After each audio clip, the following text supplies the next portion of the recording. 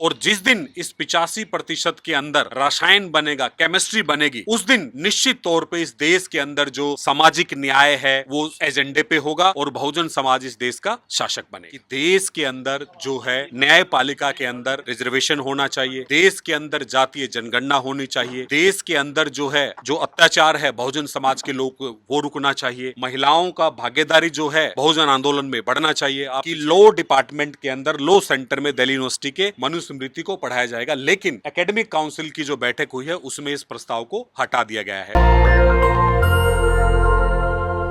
नमस्कार, मैं ब्यूटी गिरी और आप देख रहे हैं नेशनल दस्तक। 2024 के बाद से लगातार कई चीज़ों पर मंथन हुई और मंथन में एक और नई चीज़ निकल कर आई, वो है डोम, जो बहुजनों का मोहब्बत का दुकान है। ये क्या है, विस्तार से हम समझेंगे प्रोफेसर रवि महेंद्र से। ड्यू के प्रोफेसर हैं सर, ये क्या है पहले तो ये आपसे जानना चाहेंगे, इसके बारे में बताइए। जी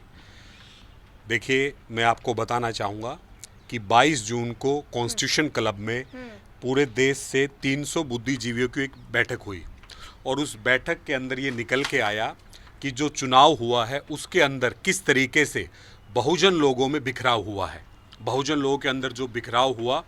उस बिखराव को लेके बहुत सारे लोगों ने वहाँ पे चिंतन किया, मनन किया और ये बात सामने निकल के आई कि जिस तरीके से देश के अंदर जो बहुजन समाज के लोग हैं उनके अंदर विभाजन बढ़ा है और नए नए नैरेटिव पिछले 10 साल में निकल के आए कि जिस तरीके से आप देखेंगे बिहार के अंदर, उत्तर प्रदेश के अंदर गैर यादव का नैरेटिव निकल के आया, जिस तरीके से उत्तर प्रदेश के अंदर गैर जाटव का नैरेटिव निकल के आया। तो इन सब बातों को देखते हुए पिछले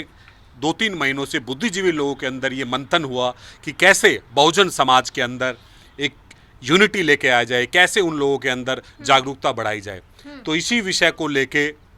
डोम, दलित पिछड़ा माइनॉरिटीज़, जो कि एक नया जो विचार है वो सामने निकल के आया और उसमें ये मंथन हुआ कि दलितों के अंदर भी, पिछड़ों के अंदर भी जो है मोहब्बत की दुकान खुलनी चाहिए। जब तक ये मोहब्बत की दुकान नहीं खुलेगी तब तक ये जो मिशन है, जो बहुजन लोगों में विभाजन है, ये चलता रहेगा। इस विभाजन को रोकने के लिए, ये एकता को बढ़ाने के लिए मोहब्बत की दुकान का जो कंसेप्ट कॉन्स्टिट्यूशन क्लब दिल्ली से चला है, हम ये चाहेंगे आपके चैनल के माध्यम से कि जो ये मोहब्बत की दुकान है बहुजनों में, दलितों में, पिछड़ों में बड़ी दूर तक जाए और जिस बहुजन एकता की बात हमारे महापुरुष करते रहे हैं, ज्योतिबा फूले से लेके डॉक्टर अंबेडकर से लेके मानवर साहब काशीराम से लेके, उस बहुजन एकता को रियल सेंस में अपनाया जाए। मैं आपके चैनल के माध्यम से एक बात और कहना चाहता हूँ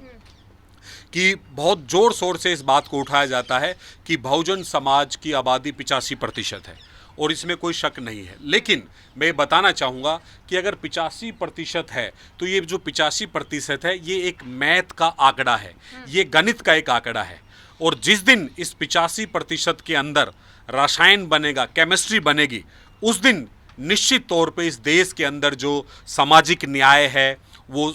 एजेंडे पे होगा और बहुजन समाज इस देश का शासक बनेगा। इसका अल्टीमेट गोल जो एक समझते हैं, मंजिल क्या है, कब तक की आपने समय सीमा तय की है? ये जो बनाया है आपने एक डोम का जो दुकान में ये एक होता है ना कि ये पा जाने के बाद हम सफल हो जाएंगे, क्या है वो गोल? देखिए, मैं आपको बताना चाहूँगा कि डोम का जो एजेंडा है, मिशन है, विज़न है, उसका यही है कि देश के अंदर जो है न्यायपालिका के अंदर रिजर्वेशन होना चाहिए, देश के अंदर जातीय जनगणना होनी चाहिए, देश के अंदर जो है जो अत्याचार है बहुजन समाज के लोग वो रुकना चाहिए, महिलाओं का भागीदारी जो है बहुजन आंदोलन में बढ़ना चाहिए। आप पिछले लंबे समय से देख रहे हैं कि बहुजन समाज में जो महिलाएं हैं वो सामने निकल के नहीं आ पा रही हैं, तो ये भी होना चाहिए कि बहुजन समाज की जो महिलाएं हैं वो शामिल हो इस मूवमेंट में, ताकि जो बाबा साहब का जो मकसद था कि भारत देश के अंदर, इस देश में जो महिलाएं हैं उनकी गुलामी तभी दूर होगी जब वो इस देश की संसद में जाएंगी, विधानसभा में जाएंगी और अपने हक और हकूक के लिए लड़ेंगी। एक तरफ आप बाबा साहब और संविधान की बात कर रही हैं, दिल्ली यूनिवर्सिटी में आप प्रोफेसर हैं, दिल्ली यूनिवर्सिटी में मनुस्मृति की प्रस्ताव लाए जा रहे हैं मनुस्मृति पढ़ाने के लिए। जी, मैं आपको बताना चाहूँगा कि कल ही एकेडमिक काउंसिल का मीटिंग हुआ है और इस प्रस्ताव को जो है नकार दिया गया है। पहले ये प्रस्ताव आया था एजेंडे में कि लॉ डिपार्टमेंट के अंदर लॉ सेंटर में दिल्ली यूनिवर्सिटी के मनुस्मृति को पढ़ाया जाएगा, लेकिन एकेडमिक काउंसिल की जो बैठक हुई है उसमें इस प्रस्ताव को हटा दिया गया है। और ये एक तरीके से मैं कहना चाहूँगा कि दिल्ली विश्वविद्यालय के अंदर जो हमारे साथी हैं, सामाजिक न्याय के लिए जो लड़ते हैं, गैर बराबरी के खिलाफ जो लड़ते हैं, उनकी एक जीत है। क्या ये खारिज हो जाने के बाद भी आप निश्चिंत हैं कि आगे आने वाले समय में फिर ऐसे कोई कदम नहीं उठाए जाएंगे? क्योंकि लगातार विरोध चल रहे हैं, अभी भी इसके थमे नहीं है, और कहीं ना कहीं कहा जा रहा है कि अगर प्रस्ताव आया है तो फिर आने वाले समय में कुछ बड़ा कदम उठाया जा सकता है। देखिए, जब लोग जागरूक होंगे और जब लोगों के अंदर न्याय के लिए, गैर बराबरी के खिलाफ लड़ने का जब जुनून पैदा होता है, तो इस तरीके किसी भी प्रस्ताव को नहीं माना जाता। और मैं एक बात और आपके चैनल के माध्यम से कहना चाहूँगा कि अभी कुछ दिन पहले जब देश के अंदर लोकसभा का चुनाव चल रहा था, तो बाबा साहब अम्बेडकर की एक स्टैचू जो है संसद के अंदर लगी थी, जो कि 1962 से लेके 1964 तक लाखों लोगों ने जेल में गिरफ्तारियाँ दी थी।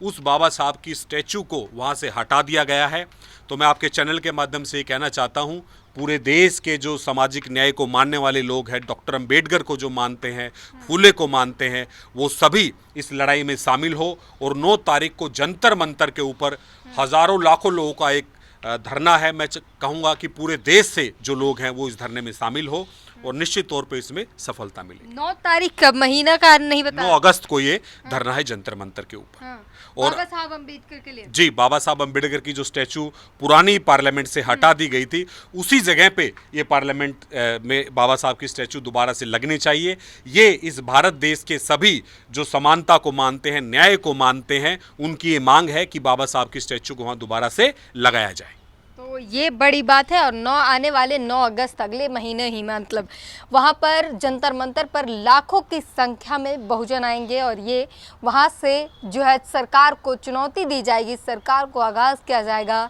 कि वहाँ पर बाबा साहब की मूर्ति लगाई जाए, जहाँ पर वो बाबा साहब की मूर्ति पहले से स्थापित थी। सरकार का मनमाना नहीं चलने दिया जाएगा। इस पूरी बातचीत पर अपनी प्रतिक्रिया ज़रूर दीजिए। कैमरामैन आशीष के साथ ब्यूटी गिरी, नेशनल दस्तक। नेशनल दस्तक की आपसे गुजारिश है कि अगर इसको बचाना चाहते हैं तो नेशनल दस्तक को सब्सक्राइब करने के लिए रेड कलर के सब्सक्राइब बटन को दबाएं, फिर बेल आइकन की घंटी दबाएं। नेशनल दस्तक को बचाने के लिए बहुत जरूरी है कि हर खबर को शेयर करें, लाइक करें, कमेंट जरूर करें।